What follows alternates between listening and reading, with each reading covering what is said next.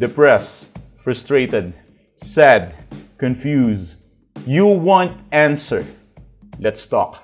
Give me a message sa page ko sa Philippine Dating Coach and you can have one-on-one coaching with Coach Baze, your dating coach. Just please subscribe to my channel and hit the bell button. Insecurity will exist after the breakup, of course. It's unavoidable. It's inevitable. Once the insecurity comes up, then halos iruruwin na nito yung life mo. Because insecurity is something that our partner doesn't want. Hindi gusto ng ating mga partner na magkaroon tayo ng some sort of insecurities. Once na nagkaroon ka na ng insecurity, that would be the time na magiging miserable na lahat. First, you will have this strong idea na kailangan mo mag-focus sa kanya. And this idea will kill you eventually. Or will kill you maybe next month, next week, tomorrow, later, or even now. It might kill you even right now. The idea of focusing on someone or on somebody will just give you a hard time. Kasi, nagiging delusional ka. And because of that delusional, nahihirapan siyang makisama sa'yo. Because of that delusional disorder. You will suffer from that delusional shits na lahat na lang ng gagawin niya is paghihinalaan mo, na lahat na lang ng hakbang niya is pagdududahan mo, na hindi lang siya mag-chat, mag-text sa'yo, feeling mo hindi ka na niya mahal. You are longing for him, for her. You are desiring him to give you a message, to give you a chat, to give you a text, or anything or everything like that. And that's worse. Kasi kung busy siya and she doesn't have a time, and she doesn't respond, she doesn't text you, she doesn't PM you, then you will be hysterical again. Mag-hysterical ka na naman, magwawala ka na naman. And your partner will feel disappointed about you because you have a very short mind na ang ano mo, 'di ba? Parang ang sikip ng utak mo, ang kipit mo, kumbaga. Simpleng ganun lang, hindi mo na that's very irritating. And because of that, napunta yung focus ng ex mo sa ibang guy, ibang girl, or ibang bagay, or wala siyang bagong guy, wala siyang bagong girl, sadyang ayaw ka lang talaga niya. Or, and you are trying your best to come up with a strategy upang mabalik ang ex mo. And now you found me. And now you realize how shitty you are before. That you are doing your best, you are giving your focusness, you are giving your 100% just to get your ex back, and you're suck about doing it.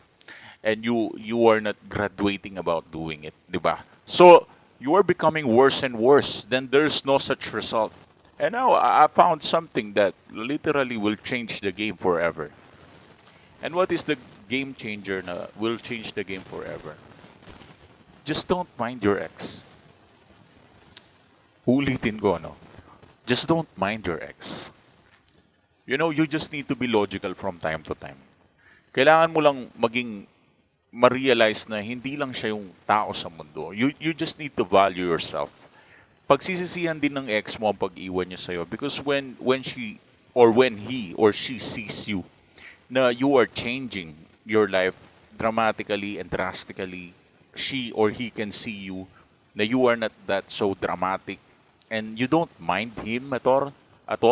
Hindi mo siya iniisip at all. You are not spending your time at all just to think about him or her. Then that would be the time that you will give him some sort of time to think about you.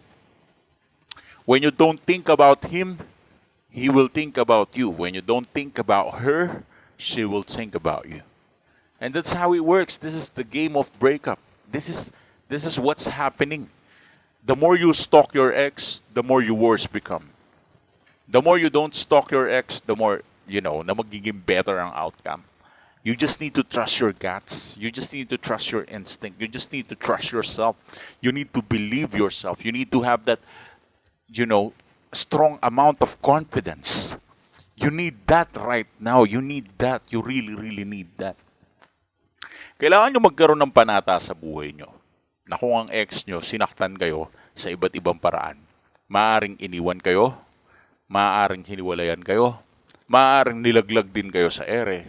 Maaring pinagpalit kayo sa iba, o maaring may mga sitwasyon na kailangan ka talaga niyang iwan. Pero hindi yun tama eh. Kasi kailangan pa rin niya maniwala sa'yo. Sabihin na natin yun yung mga sitwasyon na nilalaglag ka sa ere. You need to change yourself. Kailangan mong itatak sa isip mo to na hinding-hindi kita hahabulin at hinding-hindi ako makikipagbalikan sa'yo. Puwera na lang kung magsusorry ka at lalapit ka sa akin. That's the mindset that you need to have.